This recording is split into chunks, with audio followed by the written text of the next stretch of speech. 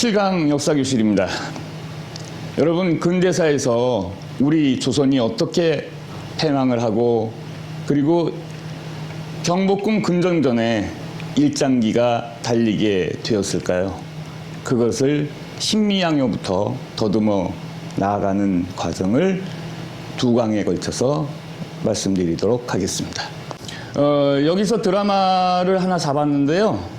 그게 이제 몇 년 전에 아주 인기리에 방영되었던 미스터 션샤인이라는 드라마입니다. 첫 장면이 뭔지 기억나십니까? 바로 강화도에서 미군과의 전쟁씬, 신미양요가 첫 씬으로 나왔습니다. 여러분, 이런 거 아세요? 미군과의 조선군의 교전 장면은 그동안 우리 사회에서 금기였습니다. 금기를 깬 드라마예요. 그런데 이것도 아십니까? 강화도에서 미군과 조선군이 한판 붙었는데 그 당시에 미군은 남북전쟁이 끝난 뒤에 실전 경험이 있었던 해병대거든요. 정예부대예요. 교전 끝에 우리나라 전사자가 몇 명일까요? 한 1,300명 죽었어요. 그러면 교전을 했으니까 1,300명보다는 안 되지만 미군도 전사자가 있겠죠? 몇 명 나왔을까요? 한 명. 1,300대 1. 자, 이러한 전사자의 차이는 당시의 국력의 차이라고 비유를 해도 과히 틀리지는 않습니다. 그럼 왜 이런 국력의 차이가 있었을까요? 19세기를 잘못 보냈다는 뜻입니다. 특히 19세기 전반부를요. 19세기의 비정상적인 정치체제가 바로 세도 정치라는 것은 여러분 잘 아실 겁니다. 가문의 사리사욕을 위해서 국가를 이용했죠. 그것이 안동김씨, 풍양조씨, 다시 안동김씨 1801년에서 1863년까지 62년 동안 한 가문이 국가를 장악하고 국가를 수단화해서 가문의 사리사욕을 차렸다는 것입니다. 매관매직이 성행했고 매관매직에 따른 어마어마한 부수적인 조세제도의 문란과 국가기강의 문란이 있었습니다. 이때 서양은 뭘 했을까요? 국가 권력으로부터 개인의 자유를 찾는 운동이 시민혁명입니다. 18세기, 19세기의 서양은 시민혁명을 완수해서 민주사회의 시민, 주권자가 되었습니다. 그리고 19세기 중반 이후에 뭐를 했을까요? 산업혁명을 했습니다. 산업혁명은 대량 생산의 물자를 풍족하게 공급하기 시작을 했죠. 경제적인 번영을 시작을 했다는 겁니다. 여러분, 혁명 두 가지. 시민혁명, 정치적인 주권자가 되는 것. 산업혁명, 물질적인 풍요를 이루는 것. 이것을 달성을 한 서양 세력은 힘없는 아시아 쪽으로 밀고 들어올 수 있었지요. 그것을 일찌감치 받아들여서 똑같이 복제하고 흉내낸 아시아 세력이 하나 있었죠. 그게 일본이죠. 그래서 일본에 의해서 받아들여진 서양의 문물은 엄청나게 과대포장되었죠. 그래서 일본이나 우리나라나 근대화 그러면 서구화를 일컫는 것입니다. 자, 이 와중에 1863년 흥선대원군이 정권을 잡았습니다. 흥선대원군은 위정척사갑니다. 위정척사란 무슨 뜻일까요? 위정, 위자는 받들다란 뜻이죠. 정은 올바르다, 바를 정자입니다.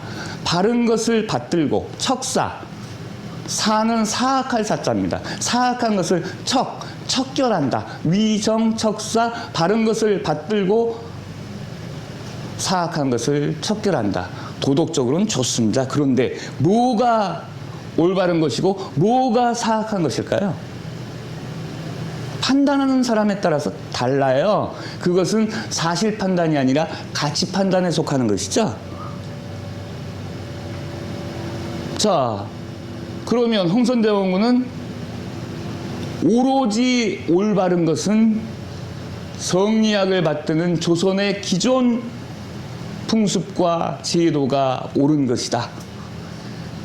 그것을 제외한 모든 학문과 사상과 풍습은 척결해야 될 대상이다. 그러면 보수파인가요? 진보파인가요? 조선을 부활시키려는, 정상적이었을 때의 조선을 부활시키려는 보수적 세력이죠. 그래서 서양 세력을 막았죠. 한편 개화파는 흥선대원군이시여 개혁은 좋습니다만 조선조가 잘 나갔을 때의 사회로 돌아가는 것은 구시대로 돌아가는 것입니다. 지금 서양과 일본을 보십시오. 이렇게 해서 엄청나게 잘 살고 있습니다. 강해졌습니다. 그쪽으로 가야 됩니다. 라고 개혁의 방향을 진보적으로 잡았던 세력, 이 세력을 개화파라고 합니다. 1873년 흥선대원군 정권이 무너짐으로써 위정척사 정권은 무너지고 개화 정권이 들어섰습니다. 그런데 문제는 이 개화를 할 줄 몰랐어요. 그래서 개화파들은 찢어집니다. 어떤 식으로 찢어지느냐? 바로 자신들의 권력을 강화시켜줄 위세를 등에 업기 시작을 합니다. 따라서 청나라를 등에 업은, 청나라도 그 당시에 양무운동이라는 대화운동을 하고 있었을 때입니다. 청나라를 등에 업은 친청 세력, 일본의 급진적인 개화, 메이지 유신을 모델로 삼은 일본 세력을 등에 업은 개화 세력. 국내 정치 세력은 외세와 결합을 하기 시작을 했고요. 따라서 외세는 조선에 심각한 개입을 하기 시작을 했죠. 이 두 세력이 최초로 부딪히는 게, 청나라를 등에 업은 개화 세력과 일본을 등에 업은 개화 세력이 최초로 부딪히는 게 1884년의 갑신정변이라는 거 아십니까? 똑같은 개화 세력인데 개화 세력끼리 충돌했어. 왜? 우리의 배경은 청이야. 우리의 배경은 일본이야. 국내 세력끼리 충돌을 했으나 해결되지 않으니까 1894년 갑오 동학농민운동을 계기로 해서 청군과 일본이 직접 부딪혀요. 무슨 전쟁? 청일전쟁. 10년 차입니다. 1884년 갑신정변, 1894년 청일전쟁. 거기서 일본이 승리를 거두게 됐는데 문제는 뭐였죠? 청나라와 일본이 전쟁을 하는데 왜 조선 땅에서 합니까? 조선의 정치에 개입했다가 전쟁을 벌였기 때문이죠. 우리만 작살났죠. 근현대사는요,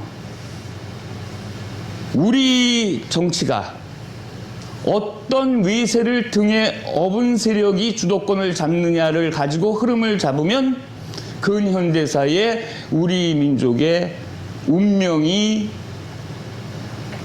체계화되고 흐름이 잡히는 것입니다. 자, 청일전쟁에서 일본이 승리했죠. 그럼 일본판이 되겠죠. 그때 견제 세력으로 들어오는 게 러시아였죠. 그래서 아관파천이라는 게 일어나긴 합니다만 러시아 세력을 또 일본이 물리칩니다. 그것이 1905년 너일전쟁이죠. 1894년에서 95년 청일전쟁, 1904년에서 5년 너일전쟁 10년 차 아닙니까? 갑신정변, 청일전쟁, 너일전쟁 다 10년. 거기서 예상을 뒤엎고 일본이 이겼습니다. 일본이 러시아까지 격퇴를 하니까 이제 조선에 대한 모든 권한은 일본이 좌우할 수밖에 없었지요. 어떤 대가입니까? 국내 정치 세력이 자신의 힘을 자주적으로 키우지 못하고 외세를 등에 업고 개화 정책을, 근대화를 추진했기 때문입니다. 근대화를 추진한 건 긍정적인 역할입니다. 그러나 그 힘을 외세를 등에 업었다는 것은 결정적인 잘못입니다. 여기서 공과를 판단하셔야 될 것 같습니다. 그러면 밑으로 내려가서 민중들의 생활은 어땠을까요? 먹고 살아야 되니까 부합하는 사람들 많겠죠.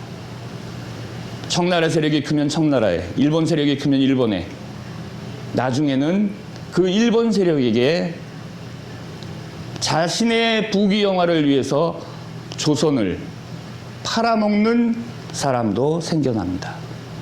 일반 민중들은 똑같이 따라하는 사람 엄청나게 생겨나겠죠. 이러다 보니까 경복궁 금전전에 일장기가 걸리는 역사를 갖게 되었던 것입니다. 자, 자료 화면을 보시겠습니다. 네. 조선은 어떻게 내부가 붕괴되었는가 보시죠. 넘겨주시죠. 드라마상에서는 고의 신으로 나온 이 단한 아씨는 전통적인 우리나라 사대부 양반집의 규수입니다. 그런데 이 아버지는 위정척사가였고 이 따님은 외동딸인데, 모든 유산이 이분한테 돌아올 수 있는 외동딸인데, 이분은 서양의 문물을 받아들이기 시작을 했고 그 문물의 핵심을 습득하기 시작을 했습니다. 그래서 손수 사격술도 연마를 하는 모습을 드라마에서 봤습니다. 자, 넘겨주시고요. 드라마에서는 나라 팔아먹은 이완용의 딸로 나옵니다. 이완용은 이완용이고 딸은 딸이죠. 그러나 사회적으로는 매국노의 딸이라고 매도를 받습니다. 독립운동가를 도와주지요. 자신이 가지고 있는 재산을 모두 털어서 호텔을 세우고 독립운동가를 도와주다가 마지막에는 호텔에 엄청난 일본 요인들을 숙박시키고 폭파시켜버립니다. 드라마틱한 내용 아니겠습니까? 그래서 아버지의 피를 육체적으로는 물려받았으나 정신적인 계승은 민족 정신을 가지고 있었던 멋진 아가씨입니다.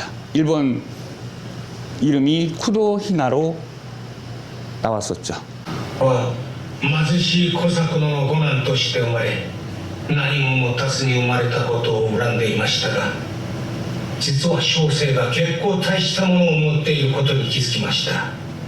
しかも俺は相当の金になるものです。それは何だ？朝鮮でございます。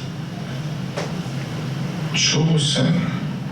この恩だけいただければ、小生は公務許に朝鮮を差し上げましょう。わずか5万ウォンで朝鮮を？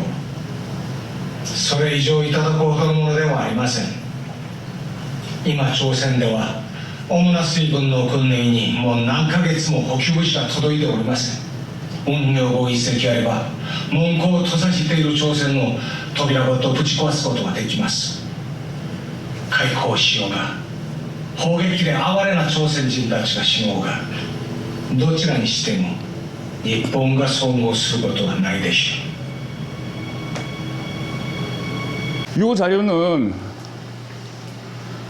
집에 있는 자신의 여노비가 있는데, 사노비로서 여자 노비가 있는데 손님이 왔어요. 권력자 간에 손님이 와서 그 여자 노비가 술상을 가지고 들어왔는데 그 손님이 마음에 들어 하는 거야. 그러니까 자신의 승진과 출세를 위해서 그 연호비를 그 손님한테 줍니다.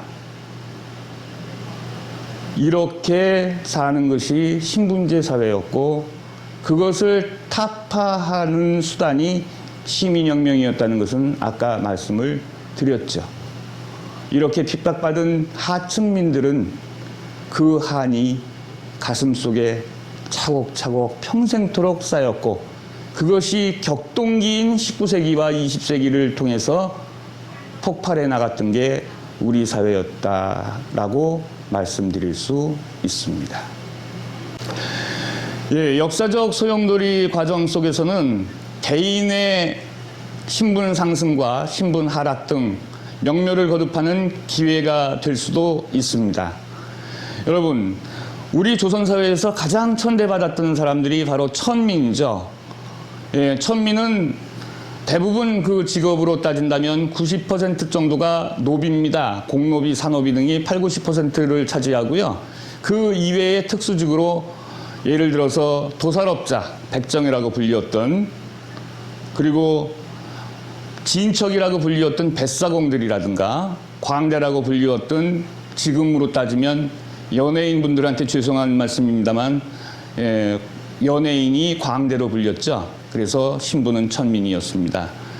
이러한 극심한 성리학 사회에서의 탄압을 받았던 핍박을 받았던 이런 천민계층들이 근대화의 물결에서 개화의 물결에서 입신양명할 수 있는 기회가 제공되기도 했던 것이죠. 이 드라마의 주인공인 유진초이 노비의 자식으로 태어납니다. 어떤 사례를 목격을 했느냐 하면 자기의 주인이 권력자입니다. 그런데 상급 권력자가 손님으로 왔어요. 그래서 술상을 대접하기 위해서 술상을 들고 들어온 사람이 이 유진초이의 어머니입니다. 그런데 그 미모에 반한 손님으로 온 권력자가 주인한테 야릇한 제의를 합니다. 저 여자 노비를 내게 주시오.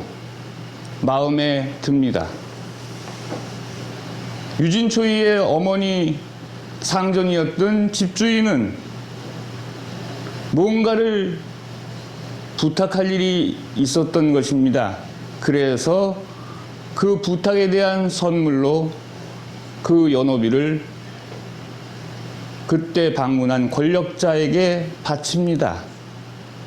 그러면 이미 결혼을 해서 남편도 있었습니다. 자식도 있었습니다. 그러나 갈 수밖에 없었습니다. 남편과 자식을 버리고 가야 되는 그 연호비는 우물에 투신을 합니다. 그 장면을 목격한 꼬마 유진초이는 가출을 합니다. 가출을 해서 미국으로 가는 배에 밀항을 하게 되고 미국에서 운 좋게 좋은 선교사를 양궁으로 둔 유진초이는 교육을 받고 미 육사를 졸업하고 미 해병대의 장교로 다시 조국으로 돌아옵니다. 이러한 인생 역전은 안정기에는 볼 수 없는 혁명의 와중이라든가 우리 근대화의 와중, 다시 말씀드리면 19세기 후반 20세기에 볼 수 있었던 개인의 신분 상승에 대한 사례가 되겠습니다. 자, 만약에 유진초이가 미국으로 건너가지 못하고 일본으로 가는 배에 밀항을 했다면 또한 인생은 바뀌었을 겁니다. 그런데 천민이었던 백정의 아들이 일본으로 건너가서 뭔가의 역할을 했던 사례가 이 드라마의 또 다른 흥미거리로 나타납니다. 그 친구를 보겠습니다. 백정의 아들입니다. 조선시대의 백정은 도살업자입니다. 고려시대에는 화척이라고 불리웠던 천민 신분인데 조선시대에는 백정으로 불리웠습니다.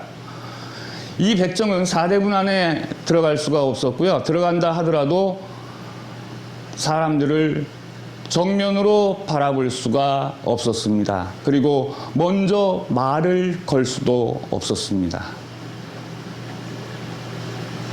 너 어떻게 왔니? 그럴 때 자신의 어머니가 일반 평민의 얼굴을 고개를 들어서 쳐다보는 그 순간에 뺨이 날아왔습니다. 백정의 계집이 어디를 쳐다보냐고, 어떻게 눈을 마주칠 수 있냐고. 고깃값을 주지 않아서 왔습니다.